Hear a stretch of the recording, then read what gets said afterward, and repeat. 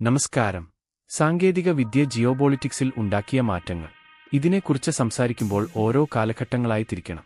പൗരാണിക കാലം മുതൽ 1800 വരെയും പിന്നീടുള്ള ടെലഗ്രാഫ് കണ്ടുപിടുത്തവും 20-ാം നൂറ്റാണ്ടിലെ റേഡിയോയുടെ സ്വാധീനവും ശീതയുദ്ധ കാലത്തെ ടെക് സൂപ്പർ പവറും 90കളിലെ ഗ്ലോബലൈസേഷൻ ഭാഗമായ സൈബർ വാറും പിന്നെ ഇന്നത്തെ AI വിപ്ലവവും അധികാരശക്തിയിലെ സാങ്കേതിക വിദ്യയുടെ സ്വാധീനത്തെക്കുറിച്ച് നമുക്ക് നോക്കാം.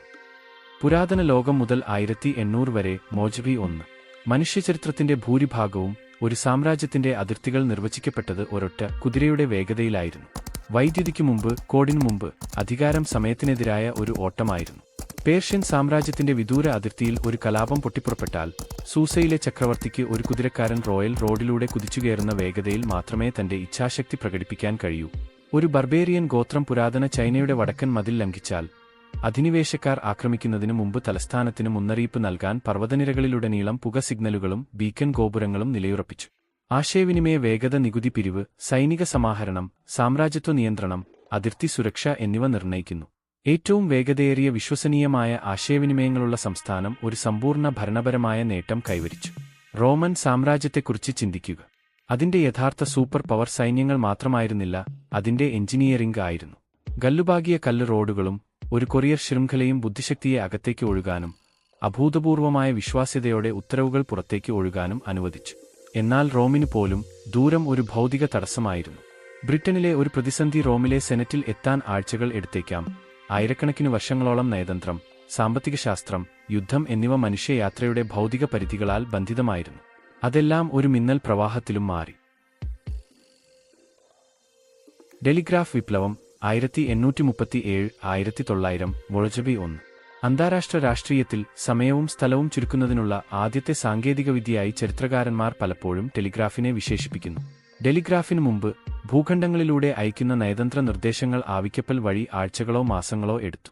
തലസ്ഥാനത്തിനായി കാത്തിരിക്കാതെ തത്സമയ തീരുമാനങ്ങൾ എടുക്കേണ്ടി വന്നതിനാൽ അംബാസഡർമാർക്ക് വലിയ സ്വയംഭരണാവകാശം ഉണ്ടായിരുന്നു. ടെലിഗ്രാഫ് ആ സ്വയംഭരണത്തെ ഇല്ലാതാക്കി. ഇപ്പോൾ വിദേശകാര്യ മന്ത്രാലയങ്ങൾക്ക് തത്സമയം അംബാസഡർമാരെ സൂക്ഷ്മമായി കൈകാര്യം ചെയ്യാൻ കഴിയും. പ്രതിസന്ധി കൈകാര്യം ചെയ്യൽ ഒറ്റരാത്രി കൊണ്ട് മാറി.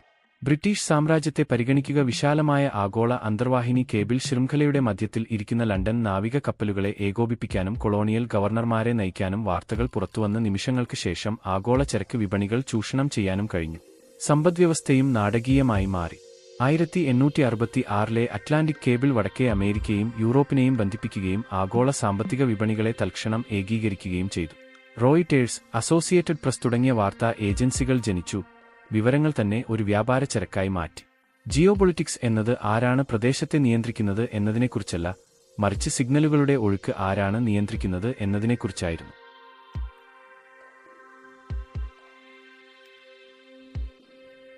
റേഡിയോ, ലോകമഹായുദ്ധങ്ങൾ, ഇന്റലിജൻസ് വിപ്ലവം.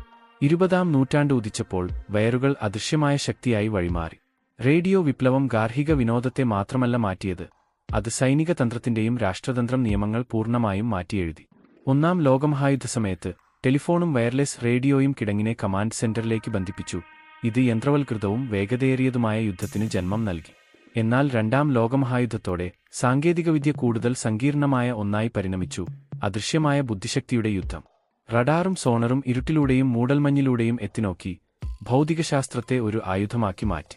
എന്നിട്ടും ആ കാലഘട്ടത്തിലെ ആത്യന്തിക ഭൗമരാഷ്ട്രീയ ഗെയിം ചേഞ്ചർ ഒരു ഭൗതിക ആയുധം മാത്രമായിരുന്നില്ല, അത് മനസ്സിന്റെ ഒരു യന്ത്രമായിരുന്നു.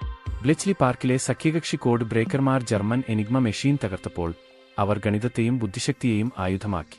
ആധുനിക ശക്തിയുടെ ഒരു സുപ്രധാന പുതിയ നിയമം അവർ തെളിയിച്ചു: എതിരാളിയുടെ ഉദ്ദേശ്യങ്ങൾ പ്രവർത്തിക്കുന്നതിനു മുമ്പ് അറിയുന്നത് ടാങ്കുകളുടെ ഒരു അക്രമത്തെക്കാൾ വിലപ്പെട്ടതാണ്. അതേസമയം റേഡിയോ ബഹുജന രാഷ്ട്രീയ പ്രേരണയുടെ ആത്യന്തിക ഉപകരണമായി മാറി. ഏകാധിപത്യ രാഷ്ട്രങ്ങളും ജനാധിപത്യ രാജ്യങ്ങളും ഒരുപോലെ ദേശീയ പ്രക്ഷേപണത്തെ ആയുധമാക്കി റേഡിയോകളെ പ്രചാരണത്തിന്റെയും പ്രത്യയശാസ്ത്ര യുദ്ധത്തിന്റെയും ഒരു ആഗോള നാടകമാക്കി മാറ്റി.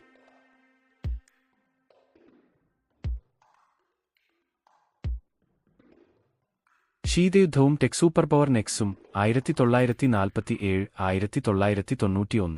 ശീതയുദ്ധം ലോകത്തെ 2 ആണവായുധ ക്യാമ്പുകളായി വിഭജിച്ചപ്പോൾ സാങ്കേതിക കണ്ടുപിടുത്തങ്ങൾ കേവലം വാണിജ്യപരമായി അവസാനിച്ചത് ഭരണകൂടത്തിന്റെ നിലനിൽപ്പിന്റെ അസ്തിത്വപരമായ അളവുകോലായി മാറി.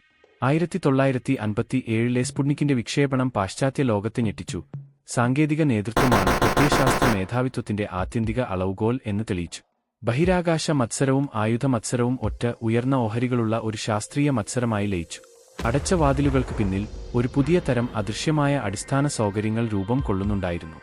റീകണൈസൻസ് ഉപഗ്രഹങ്ങൾ ഭ്രമണപഥത്തിൽ നിന്ന് താഴേക്ക് ഉറ്റുനോക്കി യുദ്ധത്തിന്റെ മൂടൽമഞ്ഞ് നീക്കം ചെയ്യുകയും ആകാശത്ത് നിന്ന് ആണവ ഉടമ്പടികൾ പരിശോധിക്കുകയും ചെയ്തു.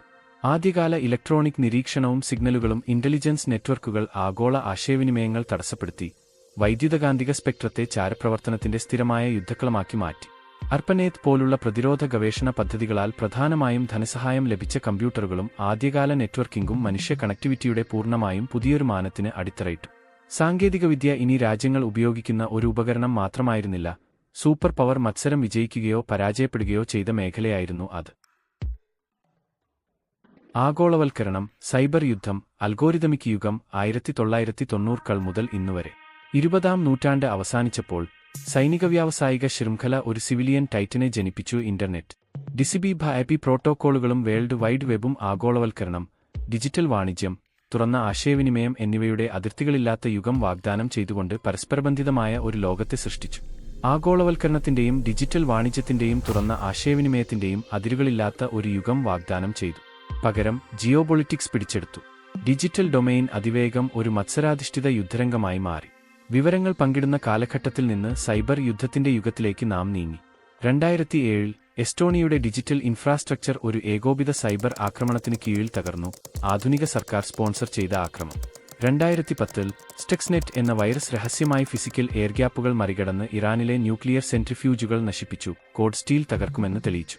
നോട്ട്പേറ്റിയ, സോളാർ വിൻഡ് സപ്ലൈ ചെയിൻ ഒത്തുതീർപ്പ് തുടങ്ങിയ സംഭവങ്ങൾ സമാധാനവും സംഘർഷവും തമ്മിലുള്ള അതിർത്തി മായ്ച്ചുകളയുകയും ചാരപ്രവർത്തനത്തിന്റെയും അട്ടിമറിയുടെയും സ്ഥിരമായ നിഗൂഢത സൃഷ്ടിക്കുകയും ചെയ്തു. AI ചക്രവാളവും സ്റ്റേറ്റ് ക്രാഫ്റ്റിന്റെ ഭാവിയും.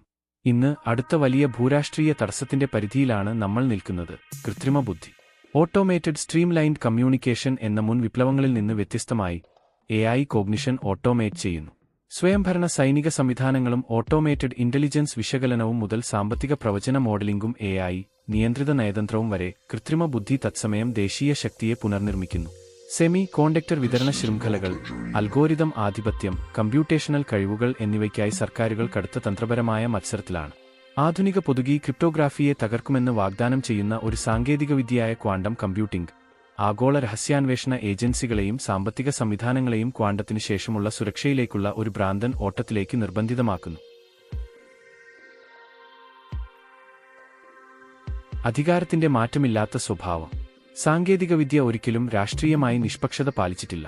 പുരാതന സാമ്രാജ്യങ്ങളുടെ പുക സിഗ്നലുകൾ മുതൽ AI കാലഘട്ടത്തിലെ അൽഗോരിതം മോഡലുകൾ വരെ എല്ലാ പ്രധാന ആശയവിനിമയ വിവരവിപ്ലവങ്ങളും ഭരണകൂടത്തിന്റെ നിയമങ്ങൾ മാറ്റിയെഴുതിയിട്ടുണ്ട്.